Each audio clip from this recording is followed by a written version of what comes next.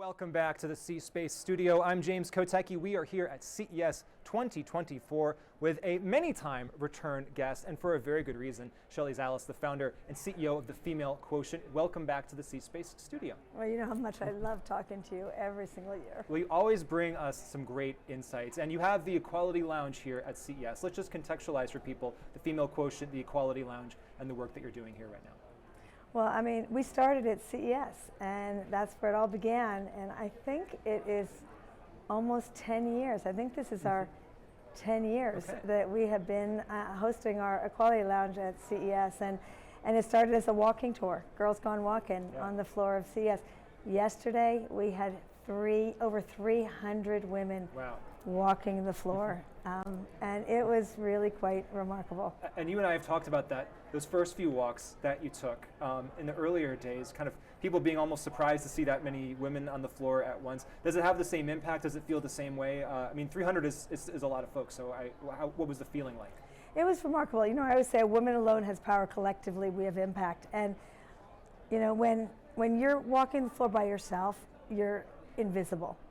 When you are a pack of women, it's this whoosh moment, and you can't miss us. It's unstoppable. And you don't see so many women in one space, especially in tech. And as much as it's amazing walking the floor and seeing incredible technology, which of course CES always has, to me the best moment is watching the heads turn. Like, where the heck did all you women come from? And you're walking, and then you see these cameras and the whispers, and a lot of whispers is loud. And it's just this remarkable sensation. And 300 women, and the camera's turning, and they follow you. And, you know, it's just, you know that the power is shifting. And also the confidence is roaring, you know, and it's just this combustible energy. It's really uplifting. It feels great. And so you definitely bring that energy to CES and to all of the conversations that we have. The power is shifting, you just said, but I wonder where the power lies right now. You always can bring us some data, some statistics, some insights about equality in tech and where things stand. So where do we stand at the beginning of 2024? Well, you know what, the best part about what is happening in technology, and especially in AI, because we see a lot, you know, happening in AI, is what we are realizing is you don't have to be a technologist to be in the business of technology. And I think that is the most impressive piece of what we're all experiencing. And you know, when I co-founded See Her, if you could see her, you could be her, what we are also realizing is it's not just about reflection. It is about using your power to create the change. And that is what we're all doing right now, is encouraging all of us to get in early and to use that power for force, and that we all need to be in some aspect of the business, in marketing, in creative, in technology. So there's so much more in technology than just coding. And that is what we're working on right now. So this is really interesting. Do you really see AI, and specifically generative AI, which is of course the buzziest version of AI, as really a moment where the dynamic can kind of shift in maybe an unexpected way? I know that in the last several years we've chatted, and you've brought some relatively dire statistics about, it was something like, you know, we have to wait another 100 years to get to wage parity if we continue on our current track between men and women. It was something of that nature. Do you see generative AI as really something that could change things sooner than expected? Well, you know, we coined a phrase 10 years ago called the algorithm for equality. And now with AI, I mean, who knew AI was going to take off the way that it did? There's a lot of bias in AI, of course. And so what we're doing right now is drafting with representation, and we say it's by us without bias, where we're all getting involved early on in creating the algorithm for equality, because representation does matter, so that we take the stereotype, junk in, junk out, and we're all drafting a whole new credo with framework and questions, so that we are conscious of what goes in, so that we make sure that we're putting representation in what comes out. And so we're working on that right now, which is pretty exciting. That's really number one, and I think that's really important, that we're very conscious of that. And we have a whole campaign coming out that equality is possible if you want it. It just requires conscious leadership. It requires prioritization and choice. Yeah. And that is the legacy that we can all leave. The only one global goal that a CEO can take responsibility for is closing the gender gap. So the World Economic Forum says it'll take 131 years to close the gender gap. We say we can do it in 5 if CEOs take responsibility for closing it. By us instead of bias. Equality is possible if you want it. You're like the master of branding and phrasing. How important is it to have these really understandable and frankly very, very repeatable pieces of phrases or pieces of content to be able to get your message out there? Do you feel like a lot of what you do is you just need to keep repeating these things in these spaces so that they catch on? Listen, it's simple. The truth is, it is simple. We make it seem like it's complicated, but some of these things are actually quite simple. It's all about simplicity, easy steps, and creating intentional action. That's all it is. Yeah.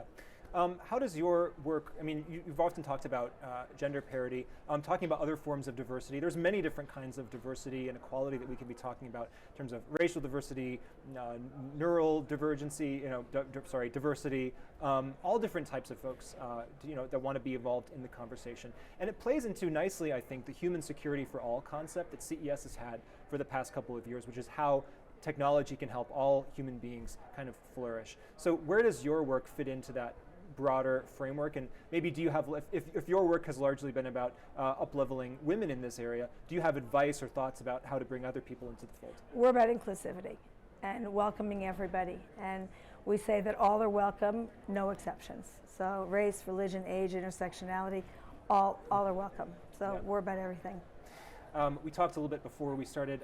You're headed to Davos, I believe. That's the World Economic Forum summit happening there. You also do the Equality Lounge at South by Southwest, I believe.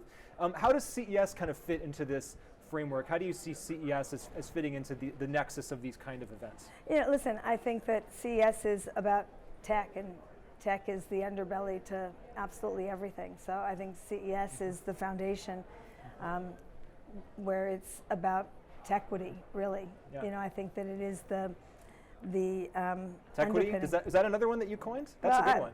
Well, I don't think I coined it, but I think it's a good one. I'll attribute it to you. So I'll take it. Yeah, you should take it. I'll take it. But I think it really is.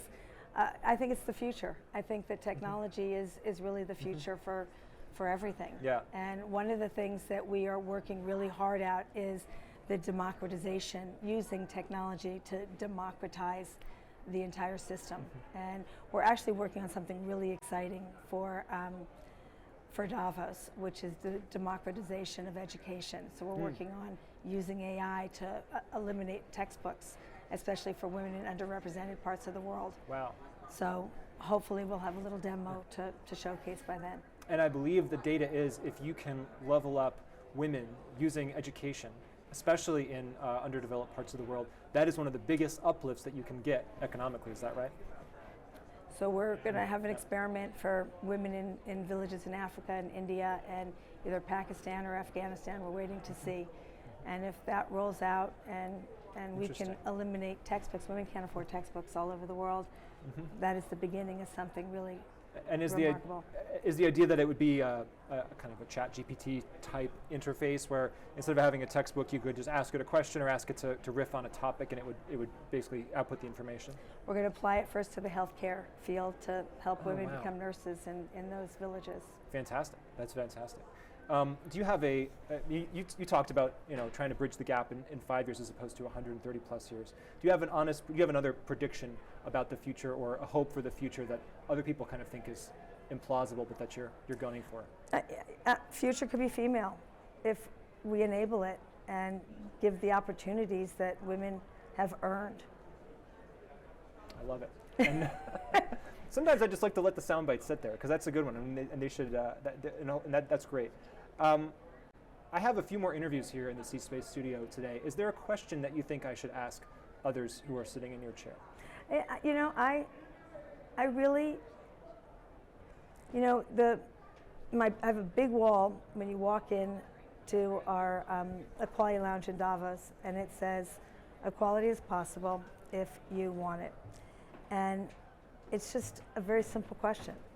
And I think that anything's possible if you make it a choice. And so my question really is, what is your legacy? And that's what your work legacy, what do you want to be known for in the workplace? And that to me is something that I think every CEO should think about. And there's status quo stuff, but if you want to truly be notable, that is my question. What do you want to be notable for? So what is your legacy in your workplace? I love that question, and I really appreciate it. And thank you for bringing that question and all of your insights and passion to the C Space Studio, not just this year, but every year. And of course, we hope to have you back, Shelley Zalis, the female Quotient. Thank you so much. James, love being here. What do you want to be notable for? Honestly, doing these interviews is one of the things I love the most, and I want to be known for asking good questions. And so. And that you do. I appreciate that you do. I appreciate it, and I appreciate you asking. And I really appreciate you watching. So this is the C Space Studio. We're here at CES 2024. I am James Kotecki. We are live on the CES Facebook, LinkedIn, Twitter, X/Twitter, and YouTube channels, and more great conversations are just ahead. So thanks for joining us. Stay with us.